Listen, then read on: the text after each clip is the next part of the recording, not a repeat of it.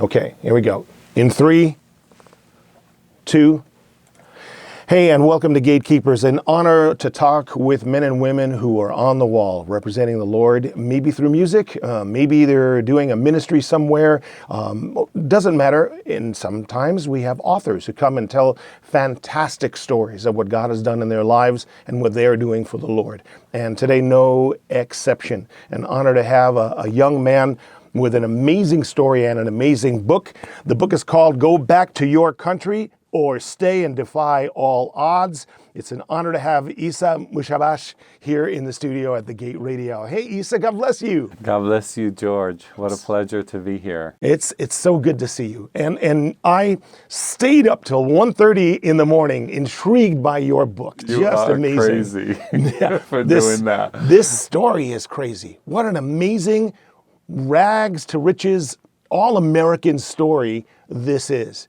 And it's been told in many ways through the generations, and especially here in America, with different peoples and different, I can't get over how beautiful this victory story is. But go back to your country, and then on top of that, the cover features like a window pane of some sort that somebody obviously threw some sort of big rock through it. So I'm catching some anger when I hear go back to your country. And we'll get to the second part of the title in a moment. Why this cover? Why this title, Isa Mushabash? Wow, what a question.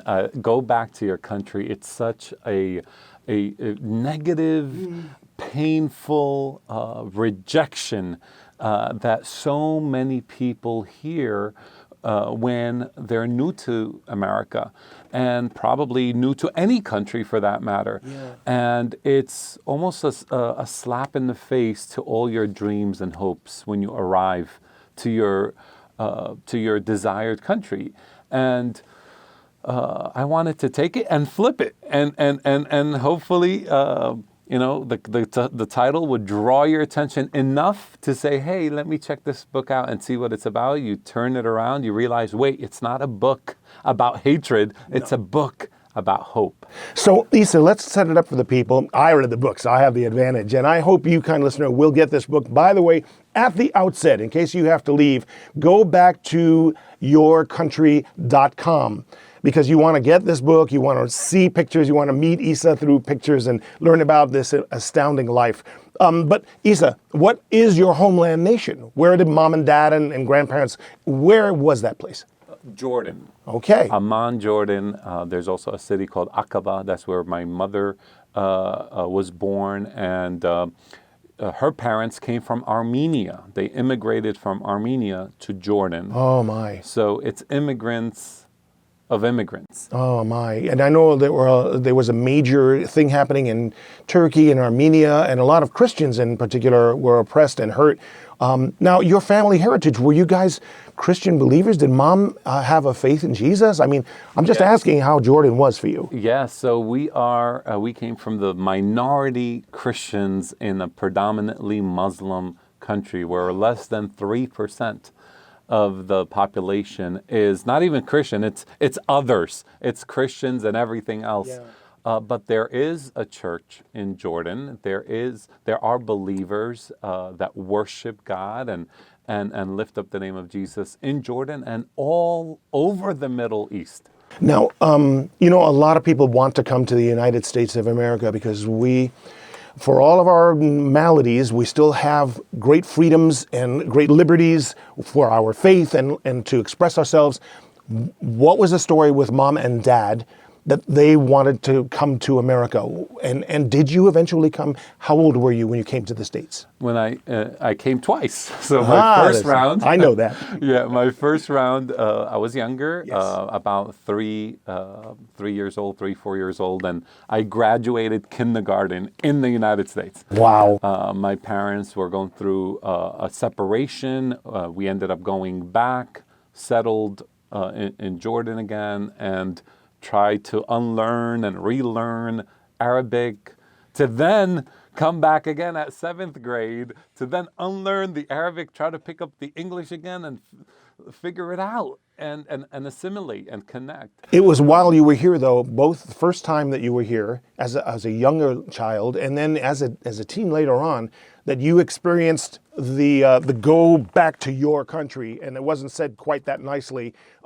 Tell us a story about that quick as a young child, and then I want to move forward to the love of a mom who desperately wanted to see her family back here. But tell us quickly a quick anecdote about the hatred you had to experience. I'm sorry. So as a 12-year-old boy, I was the tallest actually in my siblings. My older brother was a bit shorter than me, so at that time I could get accepted in the workforce. Okay. Under the table. So as a 12-year-old working at a deli, getting paid way below the minimum wage, working endless hours after school.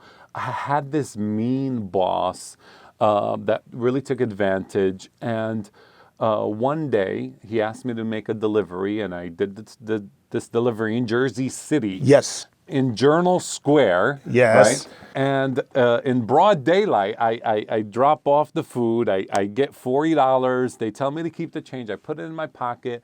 I'm going back now to the deli, and out of nowhere, I get hit in the back of my head, and then I look up and I see a group of kids just rushing towards me. I'm worried immediately about the $40. This $40, if I don't bring this $40 back, I'm going to be in worse trouble. I could risk losing this job. But I didn't make it, and they beat me up, and right before knocking me into unconsciousness, the main assailant kneeled down, spoke into my ear, and he said, "Go back to your blank country," and walked away. They didn't even want the $40. It wasn't even a robbery. About the money at all. No, it was because you were a different ethnicity, culture, a different person, another nation, Jordanian guy. Come on, we Middle Eastern cats, we just look a little different than the Irish. I get that. But, okay, so love, you took some of that money and you used it for yourself because you had to get the things you needed just to fit into the culture, but it also helped your mom. What a good heart you even exhibited then. The value of respecting mom and dad. Mom went to great lengths, and it's told in this book, to get you guys out of Jordan when you had to go back, to get you back into the States, and there was a time of separation. It's in this book. It is heartwarming, and your mom is a hero. She's a superhero that she went to dangerous situations. I'm not going to reveal it. Listener, get this book. Go back to yourcountry.com. Read about an amazing mom. Give us a heartfelt comment about mom. Oh, I love mom. She is the hero of this book. Come on. Went through hell and back to bring us to the United States because she felt that only in America her children could have a chance at a better life. Yes. And she fought and she fought and she fought and she fought. And even when she thought it was all over and there was no hope, she kept going, and she had the faith in God. She had prayed Jesus this in. walking with her through all the pain. And she took us through. And that's why at the age of 12, I would take 50% of my salary, give it back to mom, because there's no way I could, till today, I can't even repay her. There's not, I wish, I just wish I could repay her. People are going to see that when they read this book, but there are two other heroes I want to address in your story. And the next one is a meeting of a nice young lady that for some reason, even as a young teen, you knew was going to be your wife. We're talking about Ketty. Ketty. All right, so she's a hero in this story too. Yes, she really is. Quick, you fell in love with, our time is going by so quick. You fell in love with Ketty, but Ketty, a solid Christian girl, just at some point she just wrote you off. Take it up from there, and then let's go to the gang quickly. Yeah, so she left. She left me. She was getting deep with her faith, and I didn't understand at the time. I was heartbroken. I knew I had met my wife, my first girlfriend. Maybe every teenager thinks like that. I don't know. The first girl they see, they're going to marry her. And I thought that way. 2 years later, I experienced transformation. The Lord saved me. Yes. And somehow, months into that, I reconnected with Ketty's older brother, who is at that point a youth pastor. Yes. And then we started to see each other again. Yes. She did not have immediate. She didn't fall in love with me right away. It took You had a to long win. You had to time. win her. But I knew, and I read a lot about this. It was a journey for me to know that she was actually gonna be my wife before she was. And that love story is also in this book. It is so heartwarming and it is so frustrating. I was feeling for you. Oh, I fortunately know how it came out. In many ways. But okay, let's take it from there. You were mentored by a man of God in Jersey City, Bayonne area. Give him a shout out and explain his concept, and then I have to move forward into your career and what God did for you, because we've literally 5 minutes. Bishop Joshua Rodriguez. He actually wrote a book called The Heart of the Father.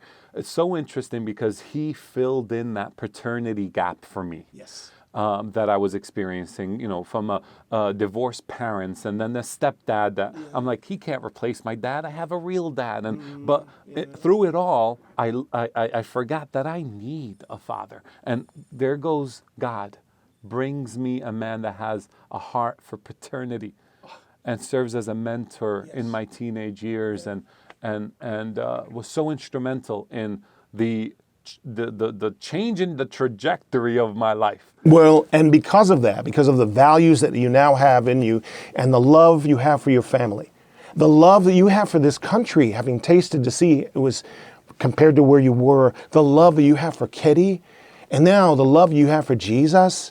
I mean, all of these things grew you into an amazing man who went on to an amazing career. So we could tell the story. I want you to read it about the black shirt. That motivation for you to be there, your incredible salesmanship, the concepts Mom taught you about how to treat a customer, stuck with you all the way through. You're doing retail into what career did you now enter in? 3 minutes. Tell us about that. And we're going to close. I'm a banker turned real estate guy. By the grace of God, with really quickly moved in from a real estate agent to owning a real estate brokerage, a real estate education company where people could get licensed, and a real estate developer, and so much more that I could spend hours about all the business stuff that I do, but none of that means anything if you don't see how we got there, and that's what I tried to do in this book. Many people told me, Isa, give us a business book. Give us the how-to. And I just couldn't do it. The how-to is really in the makeup, in the design of how God forms you to this point. Yeah. And it shows. For each new success and your new approach to it and your willingness to be tenacious and to work hard, and especially for the love of your life. You couldn't even marry her, said her parents, unless you pulled out a certain figure, because they knew as immigrants how hard it is to make it in this nation if you're not secure. And you did it. You did it out of love. And that's the fact. This is a love story. You could look back and say, well, this is a hate story, but that's the part I like. Go Back to Your Country by Isa Misabash, or Stay and Defy All Odds. All right, in a wrap-up, what do you hope people will understand? In the last chapter of the book, you wrote a letter to your younger self. It's in this book. It's fascinating. Give us a wrap-up summary, and then we got to tell people how to get this book. I mean, I'm hoping that the Lord will use it to give people hope at a detailed degree, in their place of darkness, in the place of where they lose all kinds of hope, that it would serve as a mechanism of hope, especially for immigrants. And overall, I want to change the definition of an immigrant to something more positive, because we've been seeing the immigrant take a hit, but the immigrant builds countries. That's right. This nation is built by men and women who were overjoyed to be in a land of the free, and to work hard and prove that they deserve to be here, and built this nation up. Let's not forget that. Kind listener, wherever you are throughout the continental United States, and for that matter, kind listener listening in another nation, you need to read this book as well. Why? Why should someone even in another land read this book, Isam? Because the message is universal. Yeah. And no matter where you are in any part of the world, it's a heart issue. It goes down and it reaches you, and Look, I'm the author. I could brag about the book, You but could. when we have so many others tell me how it impacted them, I could speak to you with confidence that I know it would impact you. Well, the author is Isa Mushabash, and he did win the girl of his dreams and had an amazing, amazing wedding. And I know all the situations about that. It was awesome. And you need to read this book because you'll learn a lot about yourself, actually, but you'll also learn about the power of love and how it affects this immigrant young guy into becoming a successful American here, and it's going to inspire you. How do we get this book, Issa? Tell them. Yes, go back to yourcountry.com. One more time, my friend. Go back to yourcountry.com. All the information is there. That's great. It's been an honor to talk with you again, my friend. Thank you, George. It's my pleasure. Thank you for having me. All credit goes to God. Thank you, kind listener, for listening to Gatekeepers.